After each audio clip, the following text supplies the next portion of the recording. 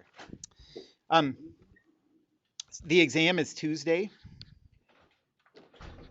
Wait, is that right? Or Thursday? Tuesday, yeah. It'd be better if it was on Thursday. Whatever it's in the syllabus. It'd be better if it was on Thursday. Okay. Well, I'll think about that next semester when I write the syllabus.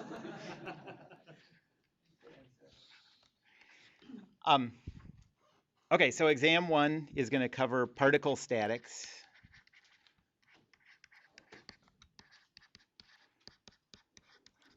Rigid body statics.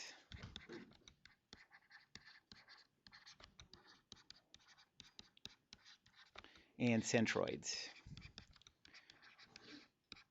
And what that means is one of the practice problems that's sets of practice problems that is up on D2L won't be on the exam. The one on structures. Okay, so you don't have to worry about that. But the centroid stuff, there's something I want to say about that. So I talked about the integral definition, and I did one calculation involving integrals. But if you work through the practice problems, and I'll get this, sorry, I don't have the solutions up. I'll get those up today, by the end of the night. None of those require integrals, okay? Those just require breaking the object up into individual pieces and using that sum formula, okay? And so that's all you have to be, that's all you're going to be accountable for on the exam. You don't have to do any integrals. You will get at least once during the semester, you'll get a problem set where you have to do an integral. But for the exam, you just need to know how to break it up into individual pieces where you have a formula for the centroid, and then use that formula. And I will give you all the equations that you have in class and any formulas. So like if there's a centroid problem where you have to break something up into two rectangles and a triangle, say, or let's say two rectangles and a triangle, I'll give you the formulas for the centroid of the triangle and the rectangle. But you still need to know how to use that formula, and it's not always. It would be a very bad idea to say that sounds easy. I think I can just figure it out when I get the test. You need to do a couple of those problems because there are some things that are confusing at first. You have to do some sort of mental gymnastics to turn bodies around and whatever.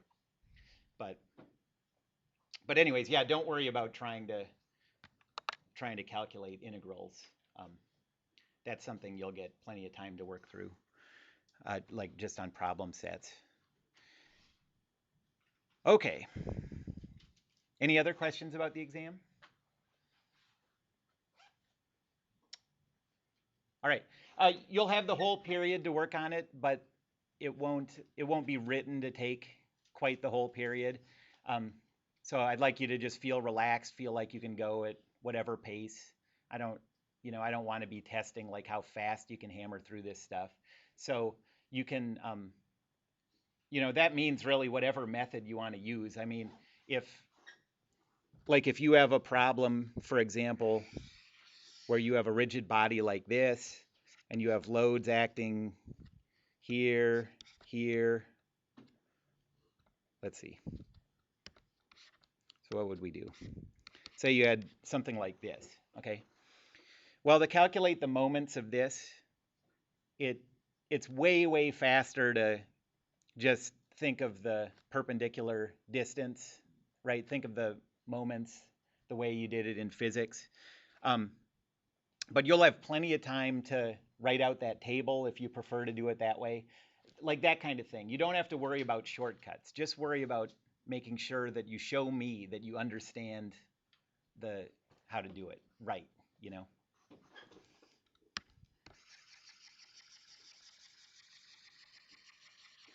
Quick question about the true body diagram. Yeah. How do you want us to show a distributed load? Okay, yeah, that's a good question. And so distributed loads are on that centroid problem set, right? Okay, so yeah, when I say centroids, I'm talking about like that could be represented as a distributed load or as a funny shaped object in a center of mass problem, okay? Anything that's on that centroid problem set is, those topics are fair game for the test.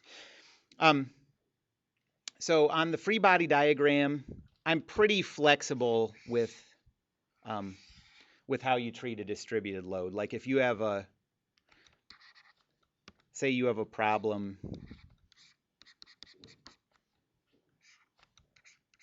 like this, okay?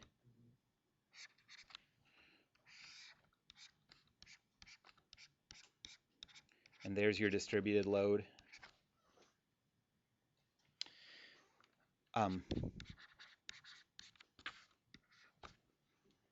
You don't have to do the centroid calculations before you do the free body diagram, okay? So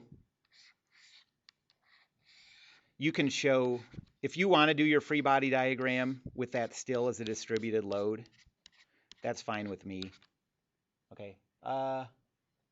Yeah, that's fine, I guess. Maybe I should think about that in the future. You might be better off like representing that as a single force, but I'm not gonna require that on this test for sure.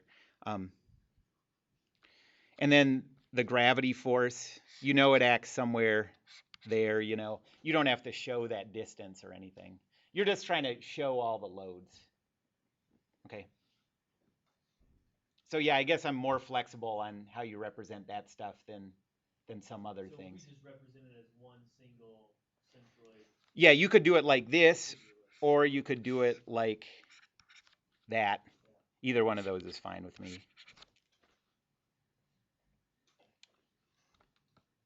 Any other questions? How does the force would be applied to the top? What? That back to the problem. Uh-huh. How would it, I mean, like you draw a pin, what would, is that just gravity and then, was that a string? Oh, that was supposed to be a string, yeah. So, oh yeah, right. I guess I missed that in the free body diagram. So you'd have a force like that from the distributed load, and then a tension force going up. And then you'd have a weight force, and then you'd have that external load. And then you'd have this force vector due to the pin. I think that's a complete free body diagram of what I drew. Except you got to label them. That's not a, you know, that's not a full free body diagram, but shows all the loads. Any other questions? Okay. So last time I gave you this problem, and you just were working on it until the end of class. Whoops.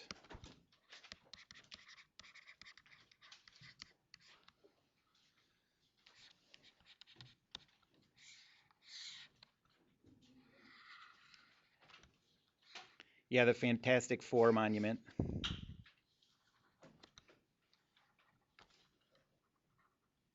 So those are all pin joints. This is a fixed joint. We're neglecting the weight of the members. And you have a load coming down of 20,000 newtons.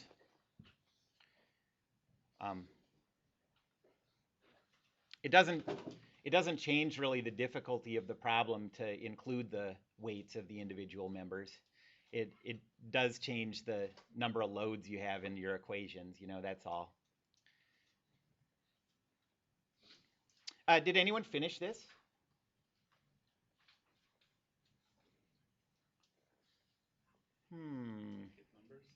Yeah. You finished it if finishing it is like, doo-doo-doo. There's a happy little son. I've got 9 equations and 7 variables. Huh.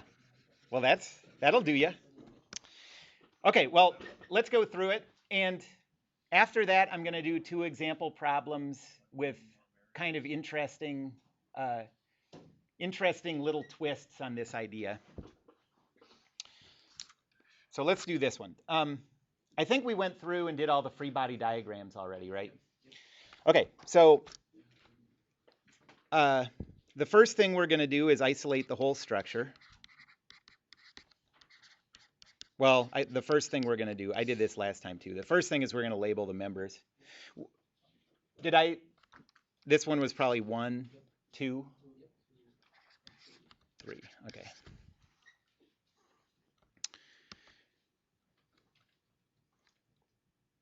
Okay, so free body diagram of the whole structure. The fixed joint has a force vector. What did I call that force? Did you have that in your notes? In the free body diagram, what did we call that? 1G. Okay. Okay, and then M1G. And then the only other external load is the 20,000 Newton force. Anybody want a clarification on why those are the only loads?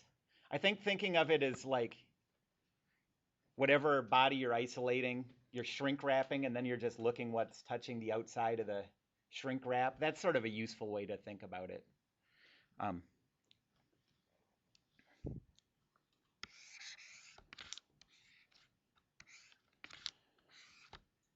Okay, so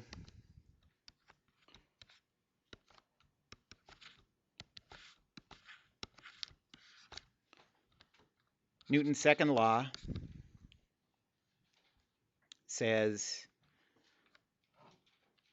oh, let's, sorry, before I write that, let's do that table.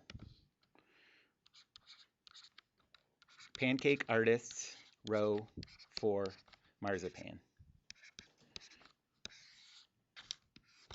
That's the best mnemonic ever.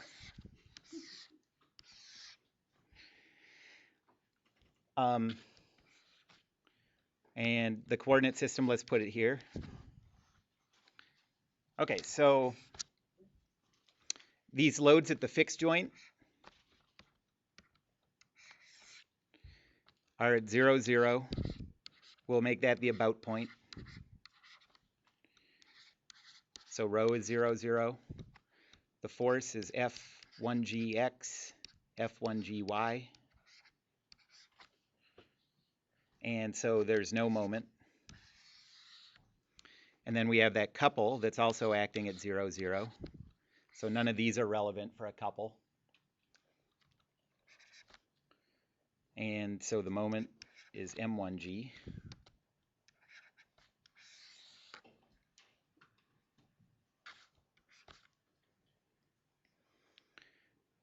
Then we have this force. It's acting at 0.5, 0.5. The about point is still 0, 0. So rho is 0.5, 0.5. The force vector is 0, negative 20,000. And so you get a moment of negative 10,000.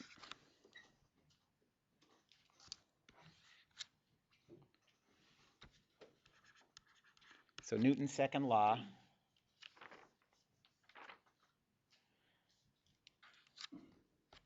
says F1gx, F1gy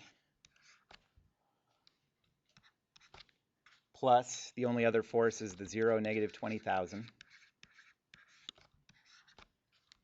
is equal to 0, 0. And the rotational Newton's second law says M1g minus 10,000 is equal to 0. Okay, so we could use these as our first 3 equations and then start listing the variables with these 3. That's what I've been doing up to this point. I think that's the simplest way to think of it. But in practice, you can cut down the number of variables by sort of solving things as you go.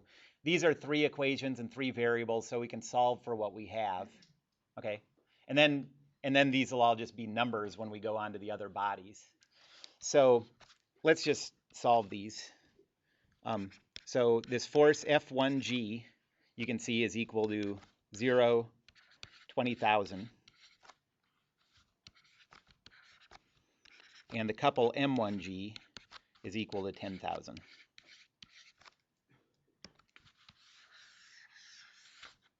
Okay, so that means that now going on to isolating the individual members, we don't have any variables and we don't have any equations. Okay, these are now just values that we're going to use. Any questions about that distinction? It's the same idea. It's like we've already started our big system of equations. We've already started solving it. We're doing it in pieces. You can't always do that, but often you can. Okay, so let's isolate member 1.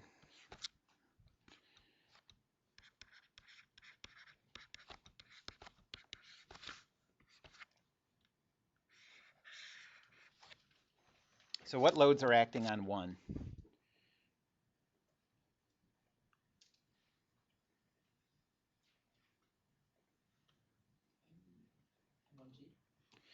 Yep. And we know what that is, so I'll just write that as 0, 20,000. And we also have that couple of 10,000.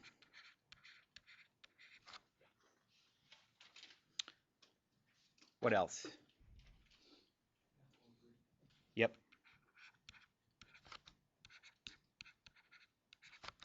And up here? Right.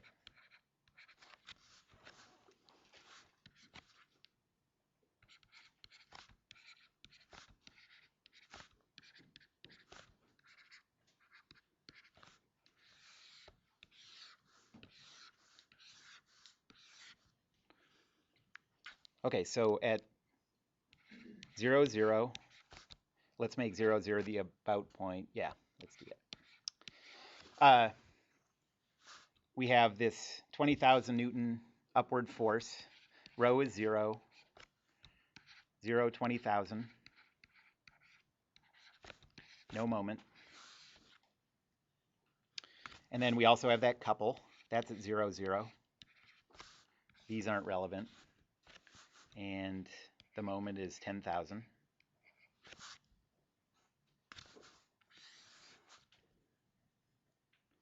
Then at 0, positive 0.5,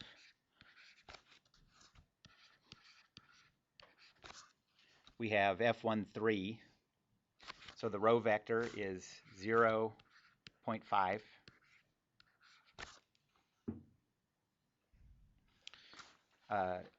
F13x, F13y. And so we have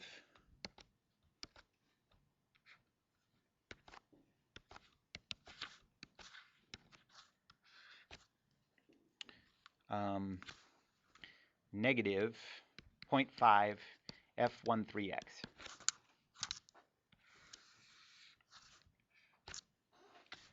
And then finally at the point 0, 1,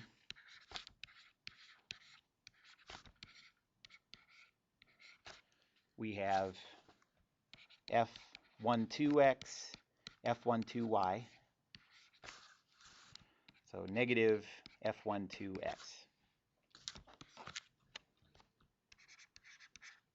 Newton's second law says 0, 20,000 plus F13x, F13y plus F12x, F12y is equal to 0. And the moment equation says 10,000 minus 0.5 F13x minus F12x is equal to 0.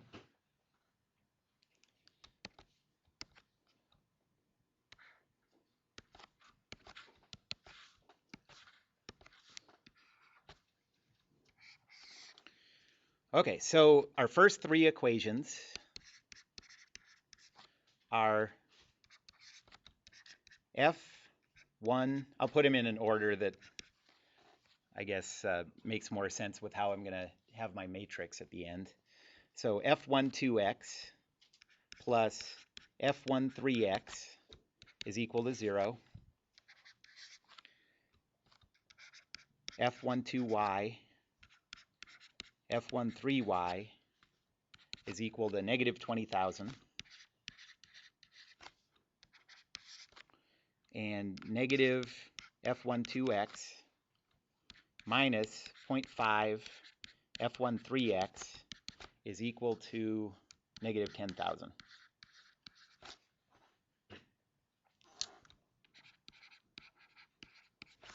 And so far we have, for variables, 12x, 12y, 13x, 13y, and that's it. Okay. Any questions on that member?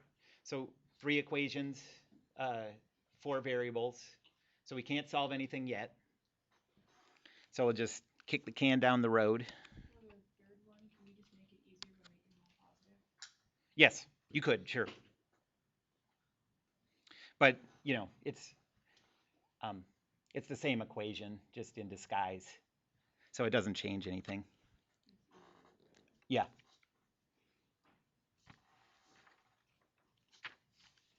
Okay, so now let's isolate, let's see. Let's do member 3, because I think this is the last one we have to do, and then, I don't know. Maybe they'd all be pretty easy, I think. Member 2 only has 2 forces, so maybe let's do that one.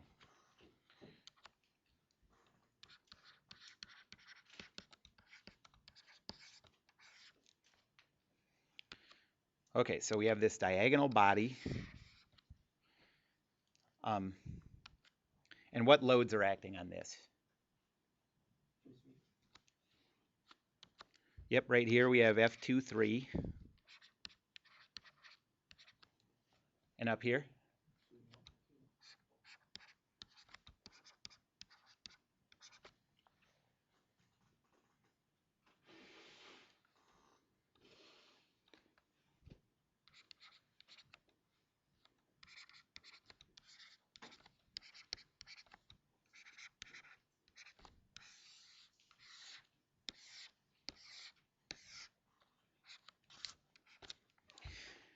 F23 acts at negative 0.5, positive 0.5.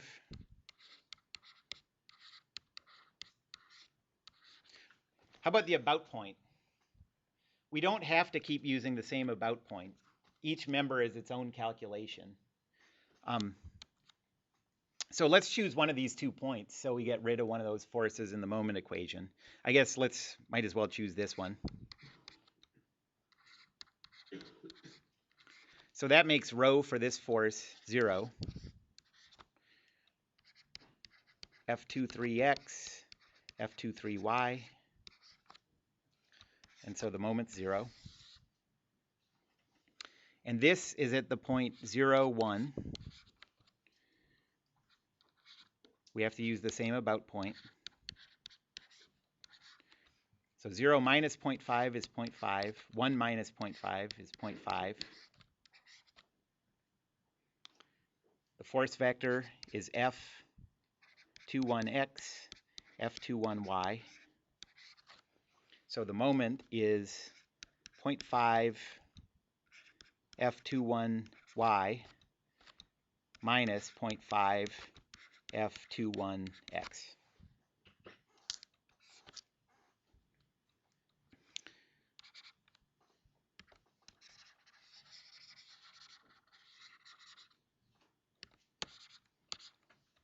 Okay, so Newton's second law says F23x, F23y plus F21x, F21y is equal to 0, 0. And the moment equation says negative 0.5 F21x plus 0.5 F21y is equal to 0.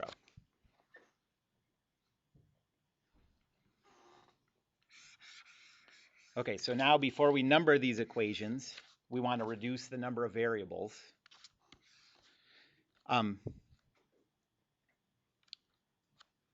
So now we're going to look through these equations and see, do we already have an F32? Do we already have an F12? Okay, X and Y both. So here's our list. We already have F12, we don't have 32. So we can replace the two 1 variables with one that we already have. So equation 4 says F23x minus F12x is equal to 0. Equation 5, F23y minus F12y after you make that replacement equals 0. And then last, negative, so we're going to replace these. So we have positive 0.5 F12x minus 0.5 F12y is equal to 0. And now our final list of variables is everything we had before, 12x, 12y,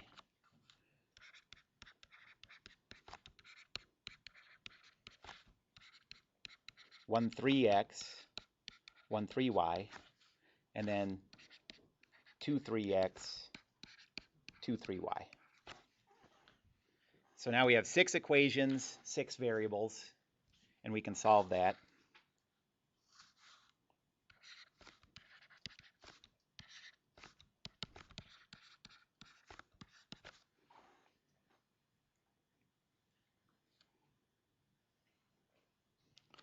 So I don't have this solved. I'll do it. Someone else do it too, okay, and help me verify this. So let's put the matrix in this order. 1, 2, 1, 3, 2, 3.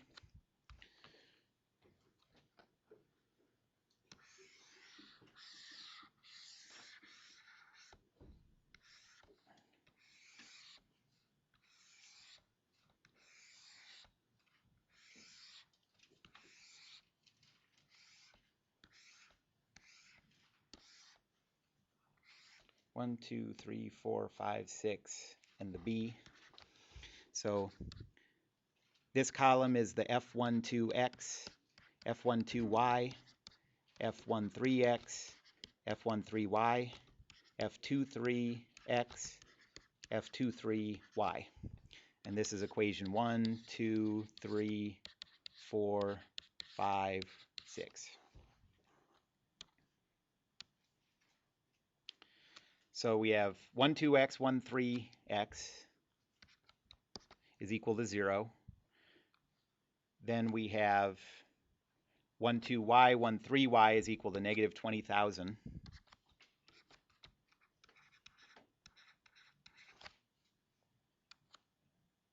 Then we have negative 1, 2x, negative one of those, negative 0.5, 1, 3x's. And that's equal to negative 10,000.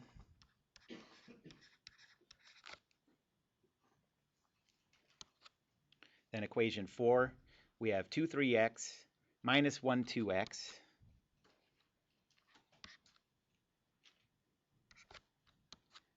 equals 0. 2, 3y minus 1, 2y equals 0.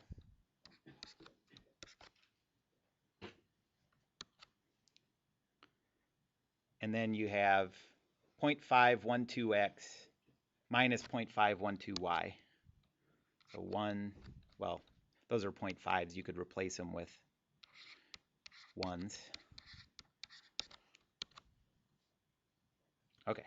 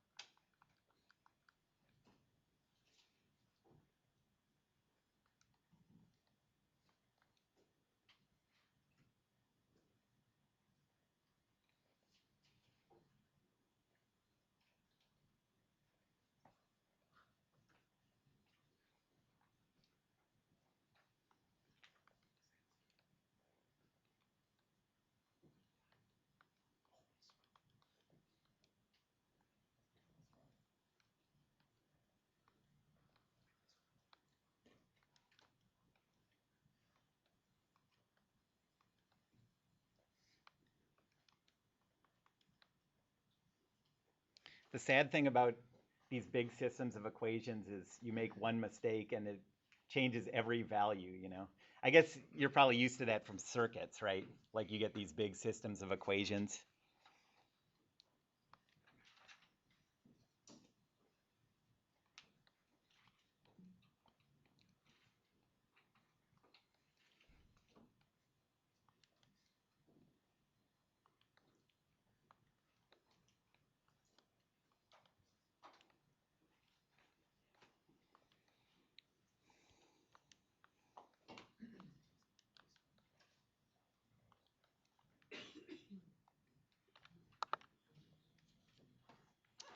Okay, so I get F12 is 20,000, 20,000.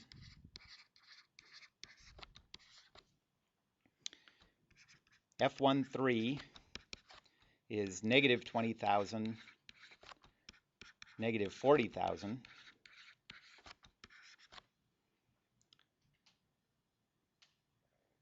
And F23 is 0, 20,000.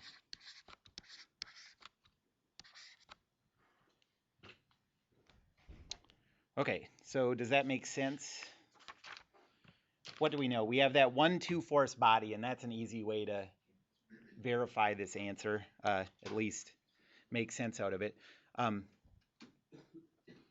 You know that these two vectors, 2, 1 and 2, 3, need to be acting equal and opposite along that member.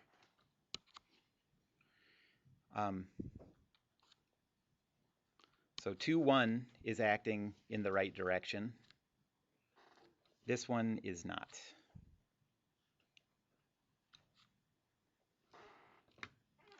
What does it mean when you get the E1 in there in your answer? Does that? Oh, okay. Well, it's like this funky E. No, it's yeah, it looks lowercase, sort of scripty. I don't know. Okay, so it's just 10. Okay. Okay. Well,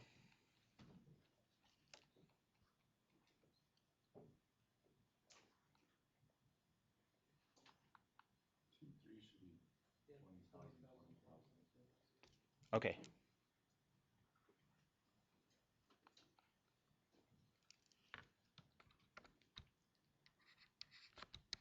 Well, then that makes sense with what we expect in that 2-force body. So remember that trick is sort of a way to eyeball your answer and do a little sanity check. Anytime you have a body where only 2 forces are acting, no couples, no third force, they have to act along the line between the 2 forces, equal and opposite, okay, for that body to be in equilibrium. Any questions on that problem? Okay. So then, in order to make sense out of these answers, we have to think about the loads acting on the individual bodies.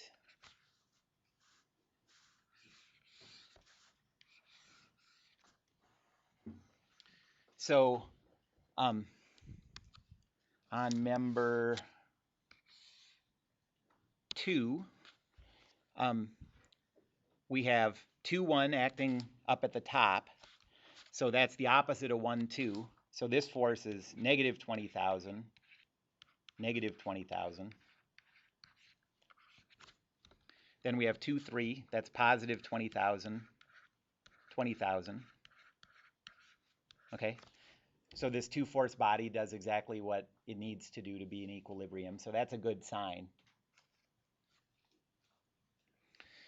Then here we have member 3, 2. That's the opposite of this one.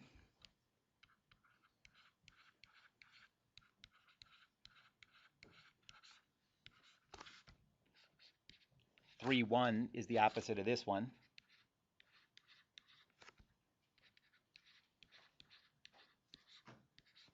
then we have this force of 20,000 down. And then member 1, we have the couple of 10,000 that we solved for before, the force of 0, 20,000,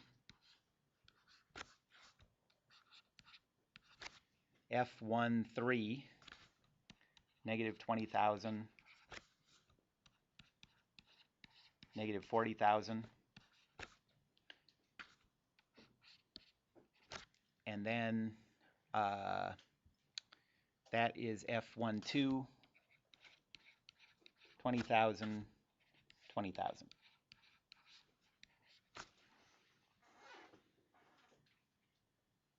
Okay? Any questions about this whole process? That's kind of along the lines of the type of problem that you'll have to do on the exam. Well, not on this exam, but on exams in the future. The next stuff I'm going to do is a couple, just sort of throwing a couple little curveballs into it.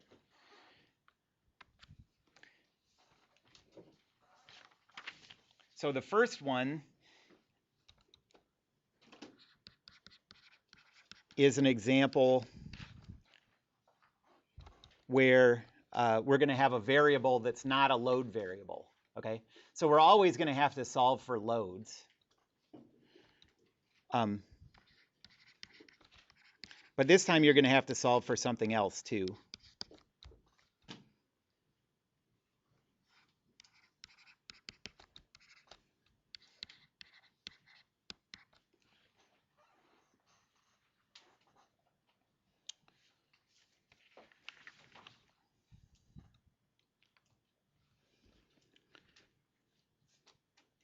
And this problem is motivated by a biomechanics problem.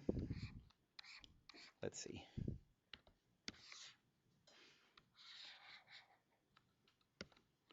So say somebody's standing up on their toes.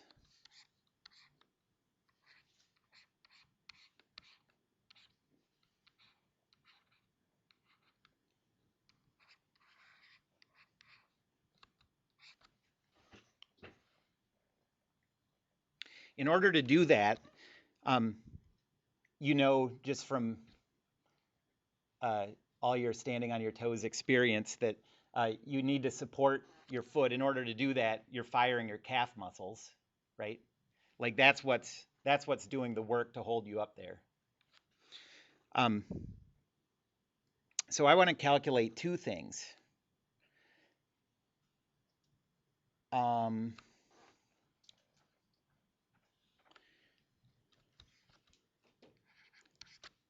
I want to calculate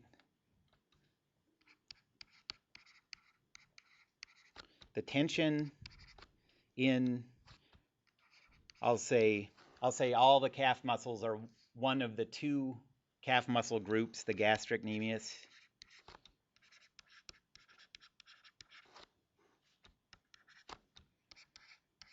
And then I also want to calculate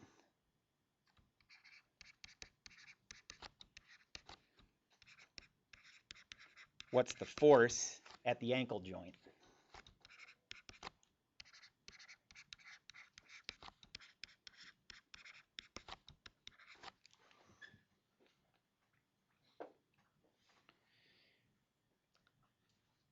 So to go from like the real body to something that we can do physics calculations on takes knowing where to simplify and where not to simplify. You know, that's always sort of the trick of mathematical modeling. But I think the simplest model of this that makes sense is to consider the foot to be connected to the floor by a pin joint. At the ankle joint,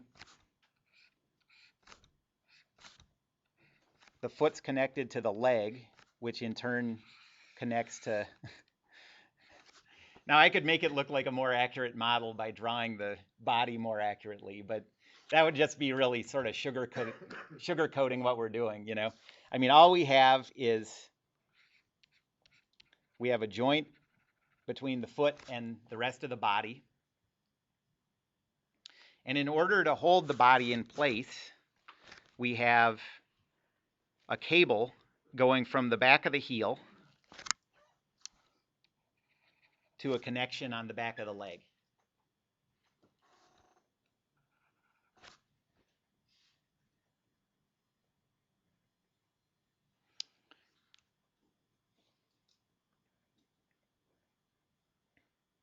And that's why that guy looks the way he does in Monsters, Inc. So no, doesn't that look like that? You guys don't know. You don't have kids. Never mind. You know. I do. Okay. Okay, so let's label these points, and I'm going to give you some approximate locations of where these things happen. So we'll call this the point A, the point B, C, and the center of mass is D. And we'll. Oh, and it's all based on the origin at the ankle joint.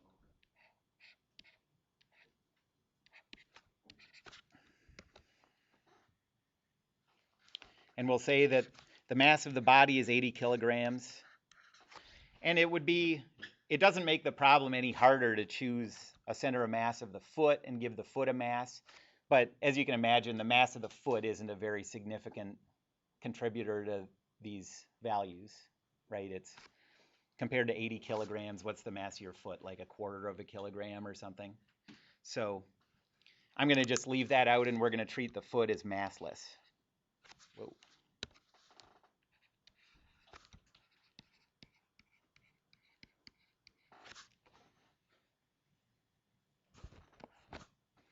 And now I'll give you these values. So based on this coordinate system, the point A is negative 0.15. This is all in meters. Negative 0.10.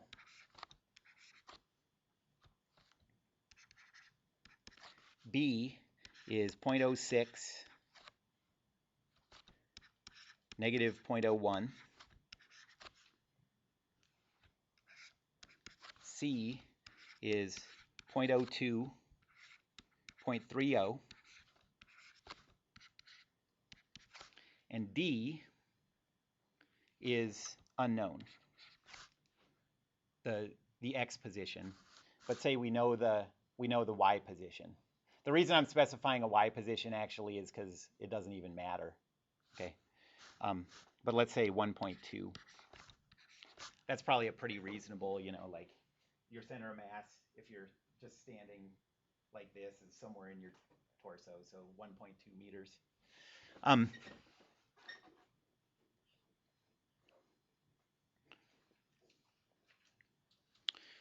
Okay, so now that we have chosen our idealization,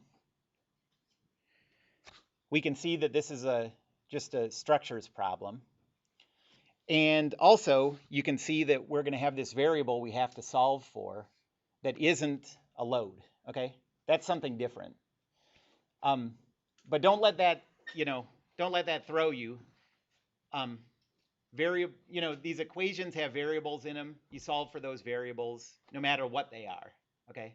And so you're going to do the same thing here, and we'll see that this is actually a pretty simple problem to solve. That P will come out in your system of equations the same way forces and couples do. So why don't you work together, look at each other's answers, and first we'll just come up with those 3 relevant free body diagrams, okay? And then we'll come back, compare those, make sure we're on the same page. So there's a free body diagram of the body, the foot, and the whole thing, okay? And then we'll come back up here and solve the problem.